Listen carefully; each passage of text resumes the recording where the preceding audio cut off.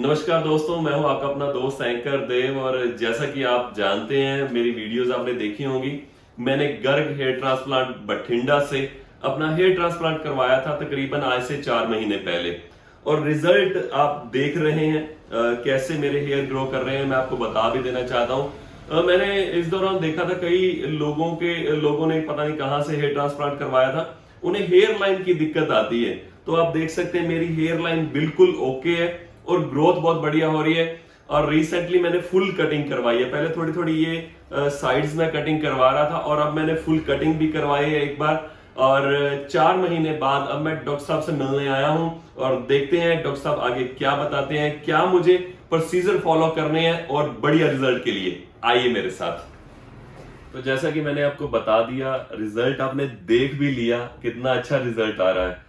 तो आगे मुझे और क्या करना चाहिए बहुत बढ़िया रिजल्ट के लिए? तो मैं मिलने आया हूँ डॉक्टर दिवाकर गर्ग जी से। नमस्कार डॉक्टर साहब। डॉक्टर साहब, थैंक यू वेरी मच। बहुत अच्छा आपने हेयर ट्रांसप्लांट किया, मेरी लुक ही बदल गई और पहले वाली फोटोज और अब वाली फोटोज में बहुत इतना अंतर आया कि मुझे बहुत अच्छा लग रहा है और कॉन्फिडेंस मेरा बहुत बिल्ड हो गया। तो डॉक्टर साहब, 4 महीने मुझे हो चुके हैं, रिजल्ट वाकई बहुत अच्छा है। और डॉक्टर साहब, पहले थोड़े से बाल झड़ने लगे थे थोड़े टाइम के लिए, लेकिन अब 3 महीनों बाद इन्होंने ग्रो करना शुरू किया है। तो अब आगे कैसा रहेगा सर, उसके बारे में बता दीजिए हमें। आज बहुत बढ़िया कि आपने 4 महीने पे आप आए हैं। जी। तो सबसे पहले तो मैं यही बताना चाहूँगा कि जो जैसे कि आपके साथ हुआ है कि पहले हमने जैसे ट्रांसप्लांट किया था 15 डेज के बाद आपके बाल थोड़े थोड़े से ग्रो किए थे। बिल्कुल किए थे सर। उस टाइम पेशेंट बड़े खुश होते हैं कि मेरे बाल सारे ग्रो कर गए हैं। ठीक है, उसके बाद आफ्टर लाइक 20 डेज, ट्रांसप्लांट के 20 दिन के बाद बाल थोड़े थोड़े से झड़ने शुरू हो जाते हैं। जी। कुछ बाल तो क्रीम्ड जो बनना होता है, काला काला स्कैब होता है, उसके साथ झड़ जाते हैं। जी। कुछ बाल जो है बाद में थोड़ा थोड़ा ग्रो करके झड़ना शुरू करते हैं। जी। तो धीरे धीरे 20 दिन से लेके 1.25 महीने के अंदर अंदर हमारे बाल जितने भी लगाए थे वो झड़ जाते हैं और फिर से खालीपन महसूस होना शुरू हो जाता है। जी। ये शायद आपके साथ भी ऐसा ही हुआ होगा। मेरे थोड़े कम झड़े थे, मतलब 50% तक झड़ गए थे, 50% रह गए थे, उसके बाद हाँ, रीग्रो शुरू हुआ। ये भी होता है कई पेशेंट्स के, जो हम बाल बाल लगाते हैं कुछ बाल वो ही चल पड़ते हैं, जी। लेकिन 90% पेशेंट्स हैं जिनके बाल पहले झड़ेंगे। ओके। और ये बिल्कुल भी घबराने की जरूरत नहीं है। मेरे पास पेशेंट आएंगे कि कहते हैं कि सर ये तो बाल झड़ गए, जी। ये दोबारा आएंगे कि नहीं आएंगे। तो ये दिस इज नॉर्मल थिंग कि पहले वो बाल झड़ते हैं। ओके। उसके बाद ये जो बाल हम लगाते हैं वो रेस्टिंग फेज में चले जाते हैं। जी। 1.25 महीने से लेके 3.5 महीने तक कोई भी रिजल्ट पेशेंट को नहीं मिलता है।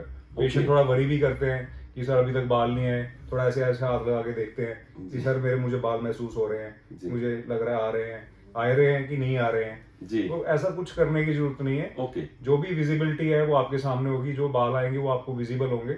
जी। That starts coming after 3.5 months after the transplant. जैसे Okay. कि मेरे ख्याल से आपके साथ भी ऐसा ही हुआ है। बिल्कुल, ये दे लो, आए हैं बाल, ये सारे आए हुए हैं। हाँ, तो जैसे कि अभी आपके 4 महीने हो गए हैं, तो आफ्टर ट्रांसप्लांट के 4 महीने के बाद जो हमने बाल लगाए थे वो आने शुरू हो जाते हैं। जैसे कि हमने आपके ये सारा एरिया था जो यहाँ पे बिल्कुल आपका खाली था। बिल्कुल ठीक सर, है, बिल्कुल। और जो फ्रंट हेयर लाइन थी वो बिल्कुल कम डेंस थी। जी। तो हमने इसको डेंस किया था जी। और इसमें हमने सारे अब वो बाल अब आने शुरू हो गए हैं। जी। So this we call it, मतलब कि 20-30% ग्रोथ मानेंगे इसको अभी। ओके। हाँ, अभी और रिजल्ट आना बाकी है? बिल्कुल बिल्कुल। क्या बात है, मुझे और खुशी हो रही है। 4 महीने पे 20-30% रिजल्ट आता है। ओके। आना भी शुरू हुआ है आपका रिजल्ट। जी। उसके बाद ये 4 महीने पे 20% रिजल्ट आएगा। ओके। 5 महीने पे वो 40% हो जाएगा। ओके। 6 महीने पे वो 80% हो जाएगा। ओके। उसके बाद भी धीरे धीरे धीरे ग्रोथ बढ़ती रहती है। 9 महीने तक पूरी ग्रोथ आती है और Okay. उसके बाद भी उसकी क्वालिटी और उसकी थोड़ी सी क्वांटिटी में भी फर्क आता है। पूरा 1 साल लगता है उसकी टेक्सचर को चेंजेस होने में, बालों के Okay. टेक्सचर को चेंजेस होने में, उसकी थिकनेस में, Okay. उसकी डायरेक्शंस या जो भी प्रॉब्लम्स हैं बालों में, वो पूरा 1 साल लगता है पूरा इसमें ठीक होने में। ओके। तो और पूछिए अभी क्या पूछना है। मेरे ख्याल से ये डाउट हो रहता है कि पेशेंट को कि ये 4 महीने पे कब आएंगे, कब कितने आएंगे। तो ये धीरे धीरे आते हैं सारे बाल मेरे ओके ख्याल सर, डॉक्टर साहब, मैं एक बात बस मेरे मन में सवाल हो रहा है। एक डॉक्टर साहब, जब मैंने हेयर ट्रांसप्लांट करवाया था, एक पीआरपी आपने तब कर दी थी, एक मैंने 3 महीने बाद करवाई थी, और आगे मुझे जरूरत है पीआरपी करवाने की? से। हाँ जी, देखो ये बड़ा क्वेश्चन रहता है पेशेंट्स के मन में कि पीआरपी कब करवाना चाहिए, उसके बाद पीआरपी करवाना चाहिए कि उससे हमारे ट्रांसप्लांटेड बाल हैं बहुत अच्छे ग्रो करेंगे। अगर हमने सुना है जी अगर बाद में पीआरपी कराते हैं तो ट्रांसप्लांटेड बाल अच्छे ग्रो करते हैं। देखो ऐसा नहीं है। जो भी पीआरपी, हम जो भी ग्रोथ फैक्टर्स के इंजेक्शन लगाते हैं ड्यूरिंग द ट्रांसप्लांट, तभी ट्रांसप्लांटेड बालों को फायदा होता है उसका। उसके बालों को हम पीआरपी के अंदर स्टोर करते हैं, पीआरपी लगाते हैं, उस टाइम ट्रांसप्लांटेड बालों को फायदा होता है। बट आफ्टर दैट, ट्रांसप्लांट के बाद पीआरपी का ट्रांसप्लांटेड बालों को कोई फायदा नहीं होता। ओके, ठीक है, मैंने आपको पीआरपी एक तो साथ में एडवाइस किया था, बिल्कुल। तो उसके दो फायदे थे, क्योंकि अभी भी आपके जो बाल थे, जो अंदर मैंने देखा था कि अभी भी आपके बाल थे, ओरिजिनल हेयर्स थे उसमें जी, जो भी झड़ रहे थे जी। ओके, ठीक है, तो एक तो पीआरपी हमने उसके लिए किया था कि आपके पहले वाले बाल जो झड़ रहे हैं उसको ताकत देने के लिए, ओके, और जो हमने जो नए लगाए हैं उसको भी, ताकि वो अच्छे ग्रो करें। ओके, उसके बाद मैंने पीआरपी आपको इसलिए एडवाइस किया था ताकि जो आपके ऑलरेडी जो हेयर्स हैं ओके, इस एरिया में जी थे, हाँ, वो जो शेड हो रहे थे, जिनकी थिनिंग हो रही थी, ओके, उसको हमने स्ट्रॉन्ग करने के लिए, उसको बचाने की कोशिश में ओके, हमने आपको वो पीआरपी एडवाइस किया था, ना कि ट्रांसप्लांटेड वालों को। ये मैं कंफ्यूजन दूर करना चाहता हूँ कि Okay. ट्रांसप्लांटेड वालों के लिए दोबारा पीआरपी कराने की जरूरत नहीं है। अगर आपकी शेडिंग हो रही है, हेयर्स की शेडिंग हो रही है, आपके पुराने बाल झड़ रहे हैं इस एरिया में, जी, then you have to go for